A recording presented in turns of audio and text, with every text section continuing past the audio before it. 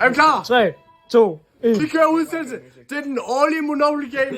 Det er vinderen over alle vindere. Vi kører videre. Vi har repræsentanter i spil. Vi har først Rasmus.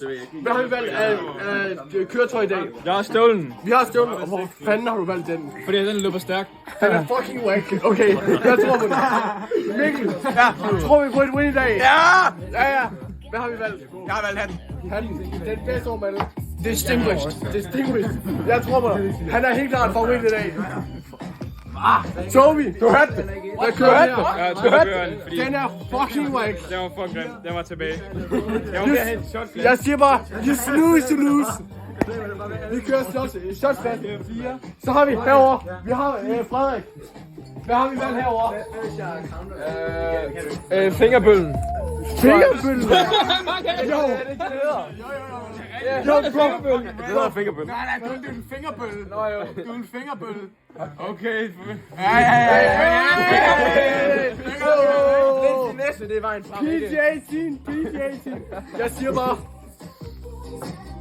Det er fandme næsten værre end den tilbør. Men altså, kun også næsten. Så har vi Laurits. Ja, Underdog her. Hvad har vi valgt? vi har valgt bilen. Vi kommer til at face over start med 200 timen. Det er fandme i orden. Vi kommer til at være foran resten. Jeg tror på, at det går rigtig hurtigt. Højst fart på. Den her bil, den er fra et andet 1000. Den kører hurtigere end din Aigo. Hey, så fighter! Jeg har allerede flame her. Jeg ved ikke, hvad vi siger. Okay. Jeg tror, det bliver rigtig tæt løb mellem Mikkel og Laurits her. De har helt klart valgt de bedste brækker. Så har vi Emil. Hvad har vi valgt her? Det er overhovedet ikke op. Nej, Emil vælger klasser! Vi vælger at vælge klasse. Men, krigsskibet. Krigsgild! Hvad skal vi bruge fart til, hvis man bare kan ødelægge de andre? Hvad, Man kan kæmpe sig til sejr. hvad siger kameramand? Hvad har vi valgt? Jo, vi har sgu da valgt. Stryg hjernet her, sgu da! What is it her? Igen, et fucking whack. Hvad mener du? Jeg kommer til at jern igennem dem alle sammen, Hvad kan altså. du bruge det til? Han er ikke grønnet. Det er fair. Altså, det er sgu rigtigt. Vi har brug for rigtig clean skjorter, når vi spiller Monopoly. Rigtigt. Til sidst, Så er det dig. kun normale, klassisk. Jeg elsker det. Jeg tror helt klart, jeg vinder. Det tror du vinder. Ja. Det er startshottet. Det er startshottet, det her. Det kører fandme. Det er syre og vodka. Det er jeg er ikke tænder efter i dag. Har vi ikke mere lort? Vi har ikke mere lort. Okay, hvem tager startshotsene? Jeg tager gerne. Laura tager vi ind. Den er nok så. Jeg tænkte, den er mere mange år. Jeg har så meget tilbage. Okay, Det er jeg også. er du klar, boys? Så klipper vi. Det er der mange. Skal vi skåle? Odds be forever in your favor. Cheers, mate. I får en arbejde.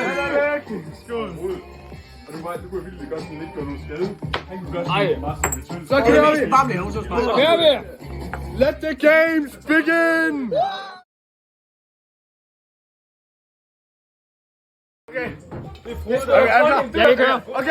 Okay. Vi har fundet ham, der får lov til at starte spillet. Rasmus, hvad siger du til, at du får lov til at starte spillet? Jamen, det er bare mit held resten af spillet, jeg vinder. Altså, Tror du vinder? Uden tvivl. Jeg tror helt klart, du tænker om bakke råt først. Vi får heller ikke med spillet. Se, tak. Jagtvej 100. Han køber den. Første køb. Men så har vi også lige straffen for at tabe. Det er et shot. Pisangerbold. Det er mest forfærdeligt, der findes i verden. Og ellers, så kan man vælge. Nemlig et wax-strip. Det har Rasmus allerede rigtig gode erfaringer med. Vil du vise det? Ja, skal vi se, hvad jeg Det kan ske igen i aften. Er vi klar på det? Okay, så kører vi, boys. Kom så! Og vi er allerede tilbage i spillet. Vi har den første chance. Mikkel, hvad siger du til at slå 7 og lande på chance allerede i første runde? Altså, det kan gå grueligt godt, det kan gå grueligt skidt, og jeg har aldrig prøvet at spille før, så jeg satser på grueligt skidt. Jeg synes bare, at vi skal trække kortet. Mikkel, Træk kortet. Du løslades uden omkostninger. Jeg kan sælge mit kort og beholde det. Gratis penge! Det er ikke noget, man har lyst til at give sin bror. Okay, vi er allerede til den første leje. Allerede 1, 2, 3, 4 spillere inden. Frederik, hvad siger du til det? Jeg er ruineret. Hvad er det for en fucking lortej, når man har købt det? Jeg har kun et spørgsmål. Hvordan føles det at betale leje til sin egen bror? Føles fucking næsten. Fuck, man! Det er forfærdeligt, det er fandme et tab. Vi har en vild situation her! Vi har en fucking hacker med mig! Han snyder! Op mellem ørerne! Hey, Jeg var for hurtig. 3 gange i streg! Du fucking snyder!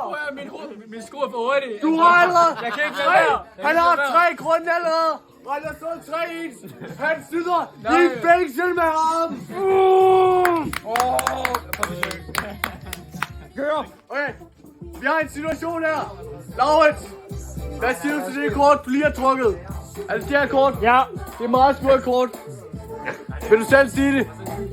Smut i fængsel med dig! Vent, vi vil gerne lige have et opsæt. Vi vil gerne have et opsæt. Hvor mange? Der er ikke noget alkohol i gingerbeer. Sut. Fuck! Det er derfor, det ikke rammer os. Mit liv er løgn. Okay, vi skal have et opsæt. Hvor mange grunde er der tilbage, så man kan køre? Jeg har 6. Vi har stadig 6 grunde tilbage. Emil, han sidder og baller og tjener sine penge på fucking nytår. Det burde hedde Kongens Nytår, så mange penge kan.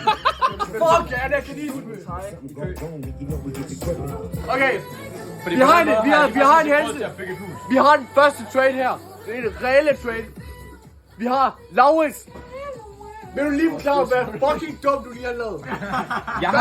Jeg har sikret min egen fremtid. Hvad var det, du solgte? Du solgte? Hvad var en grund, Tobi? Jeg solgte den her for Han solgte en af de grunde der. Fucking nød. Hvor er en af dem der? Og ikke noget ud over det. Han solgte det for 500 kroner oveni. Og han har ikke alle 3. Han kan ikke have bevis. Jeg har sikret min fremtid. Jeg har sikret min fremtid. Og så udover det, jeg hører mine ører. Emil, har du en trade, du gerne vil lave? Jeg vil godt... Emil? Ja, jeg bliver presset for mange sider. Emil, jeg vil gerne høre, har du en trade, du gerne vil lave? Jeg har ikke engang købt mig ud af fængsel nu. Den tager vi på et andet tidspunkt. Jeg siger, vi har en grund her. Vil du gerne have den? Hallo? Okay, hvad vil du sælge den for? Emil? Jeg har givet 150 Emil? 300. Jeg har en lille deal, du måske vil høre først. Lad os lige se. Wow, først er du 3. Emil? Jeg siger dig, vi har kun én aftale. Emil? Du bliver nødt til at tænke dig om nu. Emil? Vil du bytte nogle ring? Emil? Vi har en. Til at bytte sådan noget. Er det en deal eller en no deal? Vi bliver nødt til at høre det her. Nå ja, selvfølgelig. Hvor mange penge skal du have oveni, hvis du får de her to? Der er så mange... Nej, alle tre. Prøv at Laurits han vil betale dyre domme for dem her. Er det ikke den her grund, du gerne vil have? Hvad skal du bruge 300 til? 300. Jeg siger bare. Er det ikke den her, du gerne vil have? Er det ikke din pris? Hvad er fjolstrædet overhovedet værd? Den er ikke penge værd. Den er en grund værd. Jeg siger det bare. Hvorfor? Alle dine penge værd. Nej. Så jeg skal Det går ikke. No deal. Vi har ikke en deal her. Det er slut. Videre. Det er fucking løgn.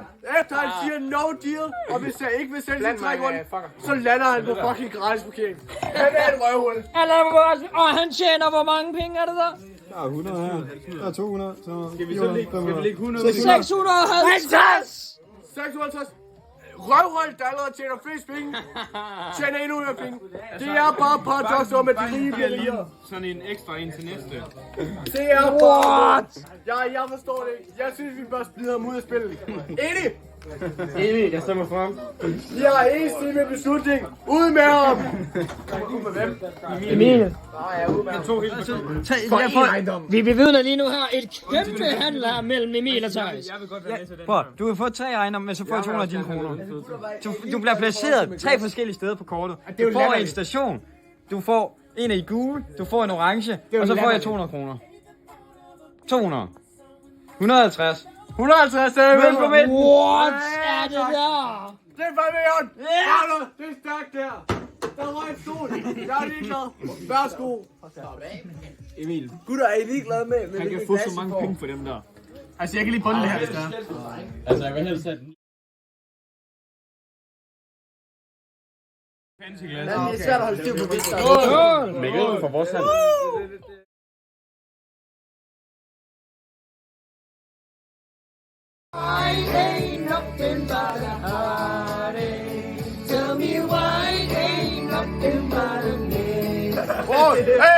Vi er tilbage her. Og... Hvad skete der lige, Mikkel? Kan du sige det? Jeg er blevet prostitueret. Hvordan er blevet prostitueret? For 50 kroner. Ja. Hvad koster 50? Og hvem var det? Hvem var det skyldig? Hvem var det skyldig? Ud af vi er ikke mine kunder. Men han var endelig. Der hørte I den. Vi er nået desperationsfasen i Monopoly. Så har I hørt det herfra. Vi kører lige nu slutfasen af Monopoly. Vi Det kan er se... bedre at ryge fængsel, end det er at passere lang tid. Ja, lang tid han kræver 1000 her, 600, 600 eller sådan noget den stil. Jeg kræver 1500 og 2000. Ja, langsiden er forfærdelig. Den er farlig at være på. Så det er bedre at komme i fængsel, og nu skal jeg ud af fængsel igen. Thijs, han lever kun af musik lige nu. Holmens kanal. Har du betalt? Og Jeg siger bare, at verden han er væk. Rasmus er død i sjælen. Det vi venter på lige nu er, at der en bare går bankrot, det vil sige mig. Vi har været i gang lige om et øjeblik. Vi har været i gang i 3 timer. Har vi været i gang i 3 timer? Ja. Cirka, og vi har faktisk fået et uvenskab. Plus minus. Thijs er blevet sur på Laurits. Det er et kæmpe... Eller egentlig ikke et win. Det er jo ikke et win. Det var et kæmpe tab. Det Det er meget en ensidig ting. Det er meget en ensidig ting, ja. Der skete ting, ja. Det kører for hatten. Det kører. Hey, jordskæld, der er jordskæld. Og vi er live. Ja, situationen er den, at vi har lavet nogle særregler. Klokken er 1:30. Vi har været i gang i 3,5 timer snart, tror Det jeg. er ikke gøre det. Vi har været i gang alt for længe. Så det der sker, det er, man kan ikke pansætte sin ejendom. Så hvis man ikke kan betale huslejen i kolde kontanter, jamen så spiller det slut for en. Det er praktisk talt noget lort. Vi skal bare have en til at ryge ud, fordi så stopper i spillet, og den der først ryger ud, taber hele lortet og skal vokse deres ben. Og jeg må ikke slå 6. Så er jeg færdig. Det her lort stopper. Så... Jeg har lært på 6. Åh, 1, 2, 3, 4, 5, 6, 100. Jeg er forbi. Så situationen er, at vi alle sammen er fuldstændig dødtrætte. Vi har været i gang i snart 4 timer. Jeg er træt, vi gider ikke spille fucking Monopoly mere. Vi er dødtrætte af Monopoly. Vi har været i gang i snart 4 timer, er det ikke? Jo. Ja. Og vi vil bare gerne have spillet overstået. Og Nej, fuck ja. den nærmeste, der kan komme ind i dødsbanen, Det er Thijs. det er faktisk Frederik, han er jo allerede der. Ellers har vi Tobias, men han er lidt langt bagud. 200. Så ja, det er den nye. Ja. 5 minutter efter sidste video, så blev vi fandme færdige. Jeg er nu officielt bankerot. Jeg tror, jeg har fucking vundet. Nej, det har du så ikke. Du har 500, ikke? Det har jeg også. Ja, men altså... Så skal vi lige fortælle op. Nej, det er ikke ren penge, er det ikke? Er det ikke ren penge? Det er ren penge, ren penge. Hvad med ens huse? De tæller ikke på noget. Jo, det gør. Husen har den værdi, der Ejendom tæller. Ejendom har den værdi, der står på bagsiden. Nej! Jo, de har. Nej! De har det, man kunne sælge for til banken. Nej, det er den, der står på Jeg har ikke bagsiden. vundet. Fuck det. Jeg vil gerne wax. Jeg har også det her. Jeg har Mikkel, kan lige sige det til kameraet igen? Jeg vil bare gerne waxes. Jeg vil gerne... Er vi ligeglade? Kan vi jo penge ind i... Må jeg ikke betale for at blive waxet?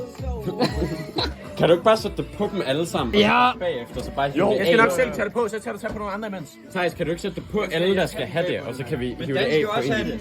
Skal jeg filme den? Jeg ved ikke, hvorfor jeg godt kan lide det her. Det kommer du ikke til, når det er hævet af. Jo. Nej, du må ikke. Skal du ikke shot imens eller efter? Oh my god, man kan se, jeg er ved at hive det af selv. Jeg skal ikke selv hive det af. Alle de der har jo gået af, for det hele år. Så de kommer aldrig tilbage. Prøv da, vi har 4, nej, vi skal have, det er Dan og en mere. Altså, Der er en eller anden, Dan, du er oppe på dit happy trail, ikke? Ja, tager vi happy trail. Ja, vi tager det fucking happy trail. Happy trail. Hvem tabte? Dan tabte rent faktisk. Jeg tabte rent faktisk. Hey, Dan. Hey, skal du få dit ben ud? Kom med ben. Kan du så få det der øre, der ikke kommer med? Hvem er den sidste? Dans happy trail. Okay, nu bliver jeg lidt...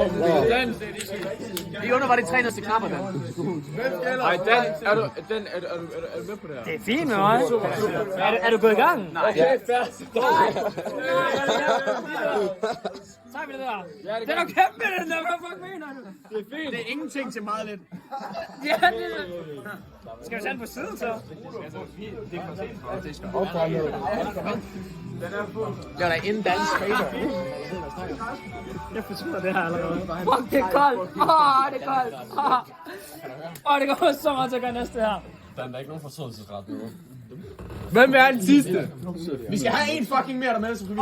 Fuck. Det kilder det der. Jeg skal ikke. Mikkel, vil du? Jeg går til. Kom så, Blankholm. Hvorhen? Happy trail, så er du mig. Kom så. Hvor du har lyst, Emil. Mikkel, undskyld. Ja, sidste ende. Det er en rigtig mand, der vil have taget det i røven.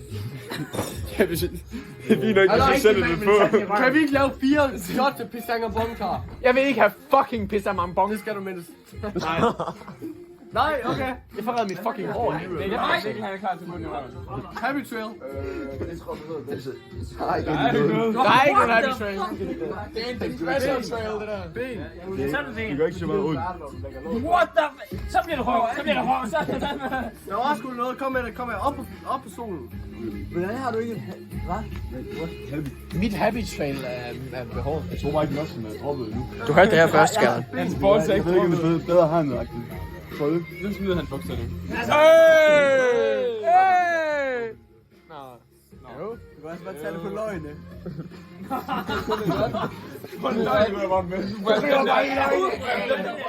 Nej, tak.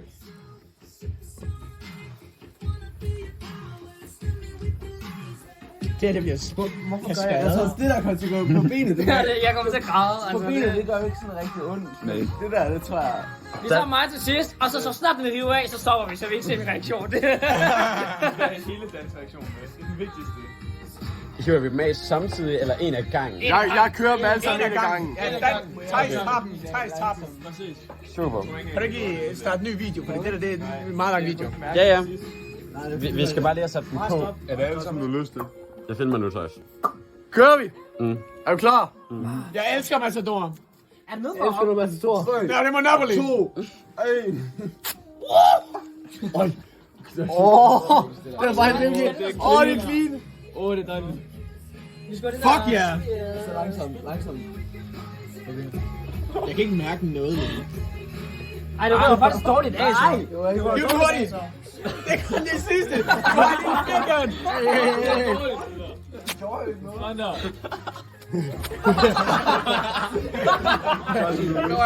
Hvorfor er det klister stadig på min hår? Sådan der. Fuck mig. Sådan. Så! Godt, Frederik! 2, 1! Gå så! Nej!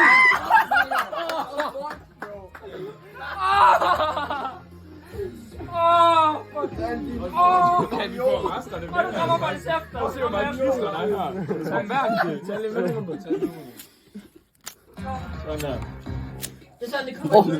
Nej! har du fået min hud af? Jeg tror lige, det var hud, der var det her.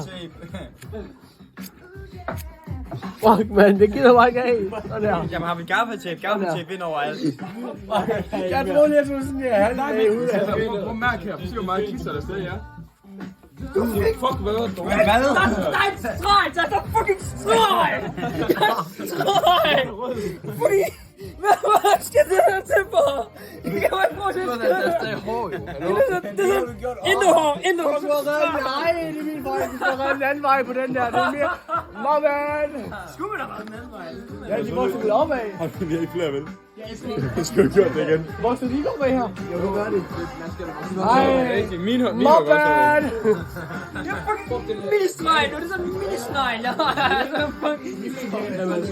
Ja.